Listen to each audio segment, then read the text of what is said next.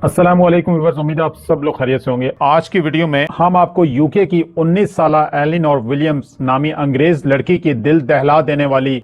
حقائق پہ مبنی کہانی بتانے جا رہے ہیں، جس کی عمر اب 22 سال ہے۔ اس حیران کن اور دنیا میں تہلکہ مچا دینے والی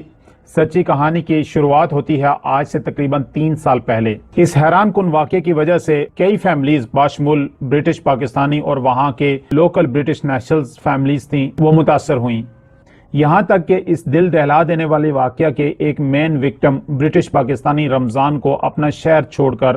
دوسرے شہر منتقل ہونا پڑا، اور کس طرح سے ایک اور برٹش پاکستانی ریسٹورنٹ کے آنر کا بزنس برباد ہوا اس واقعے کی وجہ سے، اور کس طرح سے اس لڑکی کے نام کی ٹی شرٹس، کپس اور ٹوائز مارکیٹ میں سیل ہونا شروع ہو گئے، اور کیسے لوگوں کی ہمدردی کی وجہ سے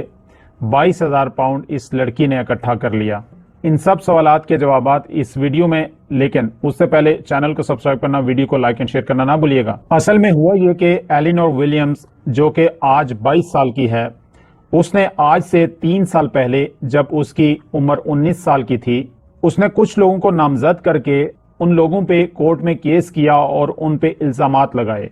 جن لوگوں پہ الزام لگا ان میں کچھ لوگ ایشین کمیونٹی کے بھی تھے اور کچھ لوگ برٹش نیشنلز یعنی وہاں کی کمیونٹی کے لوگ بھی تھے، جس میں کچھ بزنس مین بھی شامل تھے۔ الزامات کی نوعیت کچھ اس طرح کی تھی کہ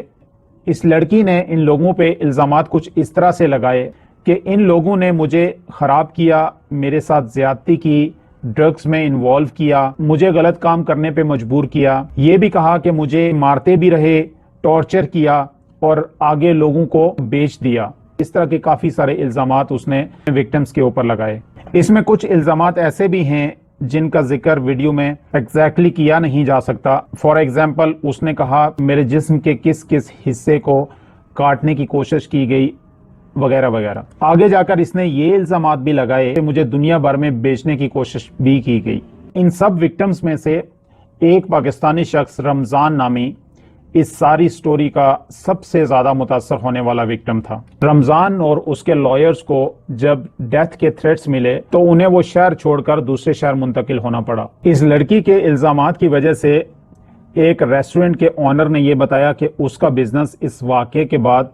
ختم ہو کے رہ چکا ہے۔ جب لوگوں کو یہ پتا چلا ہے کہ وہ اس لڑکی کے ساتھ زیادتی میں انوالو ہے تو لوگوں نے اس کے ریسٹورنٹ پہ کھانا کھانا ہی چھوڑ دیا۔ جو ریسٹورنٹ کا آنر ہے اس کو رات کے اندھیرے میں نامعلوم لوگوں نے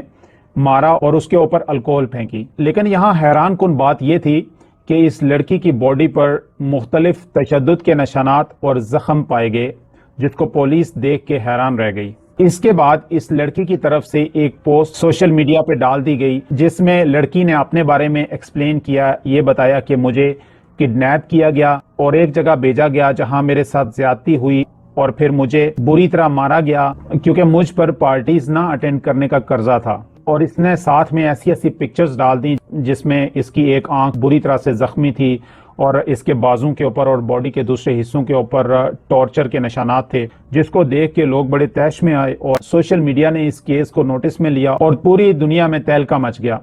برٹش نیشنل پاکستانی رمضان نامی جو شخص تھا 7 جولائی 2019 کو گرفتار ہوا، جو اپنی بیوی نکولا کے ساتھ رہ رہا تھا۔ اسی دوران اس لڑکی کی ایک بچپن کی ٹیچر نے بھی اس کا فیس بک پیج جوائن کیا اور پرپل ایلیفنٹ کی سٹوری شیئر کی، اور یہ پرپل ایلیفنٹ کی جو سٹوری تھی وہ یہ تھی، اس لڑکی کا نک نیم ایلی تھا۔ جب ایلی بچپن میں سکول جاتی تھی تو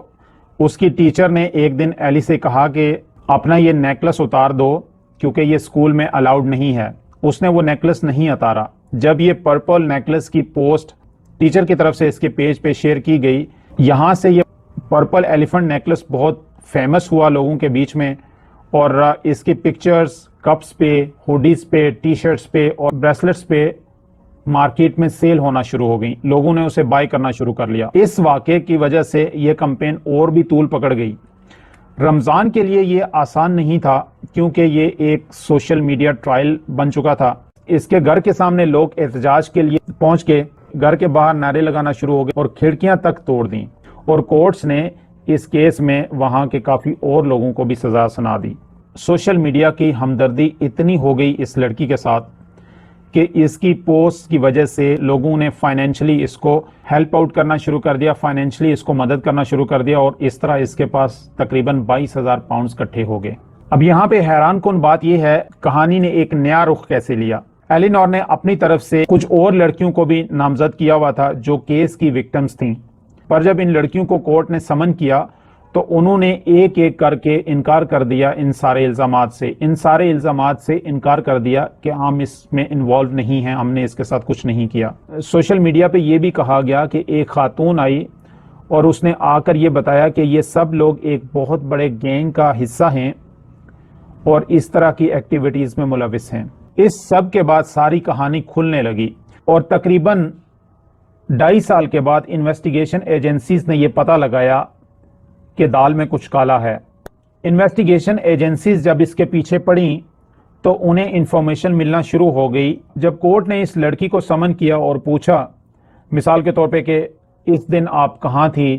اس ڈیٹ کو آپ کیا کر رہی تھی، تو یہ اس کے جواب میں کہتی تھی مجھے لیٹ سے کسی یورپ کی کنٹری میں سمگل کیا گیا تھا، مجھے اسکاٹ لینڈ میں سمگل کیا گیا تھا، اس طرح کی چیزیں یہ آگے سے کورٹ کو جواب دیتی تھی۔ لیکن حیران کن بات یہاں پہ یہ ہے کہ جب اس کا موبائل ڈیٹا اور سی سی ٹی وی فوٹیج پہ پتہ چلایا گیا تو پتہ چلا کہ جس وقت یہ کہہ رہی ہے کہ مجھے ان جگہوں میں بھیجا تھا، اس وقت یہ کبھی شاپنگ مال میں شاپنگ کر رہی تھی، کبھی کسی ریسٹورنٹ پہ کھانا کھا رہی ہے، یا کبھی کہیں پہ مووی دیکھنے گئی ہے، یا کہیں پہ کافی پی رہی ہے، تو اس طرح کی چیزیں کر رہی ہے۔ مطلب چیزیں جو یہ بتا رہی تھی اس سے ڈیفرنٹ نکلنا شروع ہو گئیں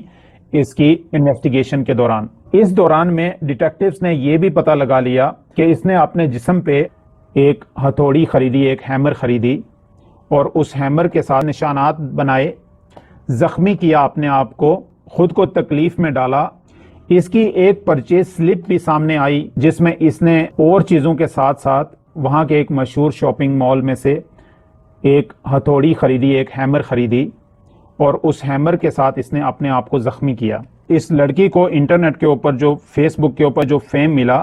وہ صرف اور صرف لوگوں کی ہمدردی جیتنے کے لیے اس نے کیا، اور وہاں سے 22,000 پاؤنڈ تک تقریباً اس نے اکٹھا کیا۔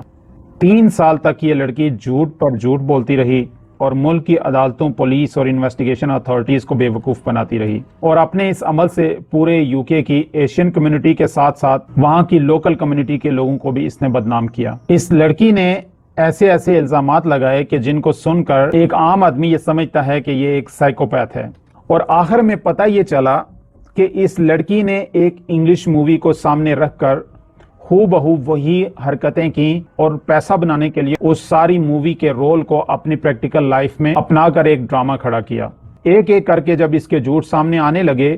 تو انویسٹیگیشن اتھارٹیز نے یہ سمجھ لیا کہ ایک بہت بڑی سازش ہوئی ہے جس میں کافی سارے بے گناہ لوگوں کو سزا مل چکی ہے اور کچھ انڈر ٹرائل بھی ہیں۔ لیکن انویسٹیگیٹنگ اتھارٹیز نے ایک دم سارے فیکٹس عوام کے سامنے نہیں رکھے۔ اس کی مین ریزن یہ تھی کہ اس کا جو سوشل میڈیا کے اوپر پیج تھا اس نے تقریباً 1 لاکھ فالوورز حاصل کر لیے تھے، اور لوگوں کی ہمدردیاں اس کے ساتھ تھیں، اور لوگ روڈز کے اوپر آتے تھے، احتجاج کرتے تھے کہ ایلینور ولیم کو انصاف دیا جائے، اور یہاں تک کہ لوگ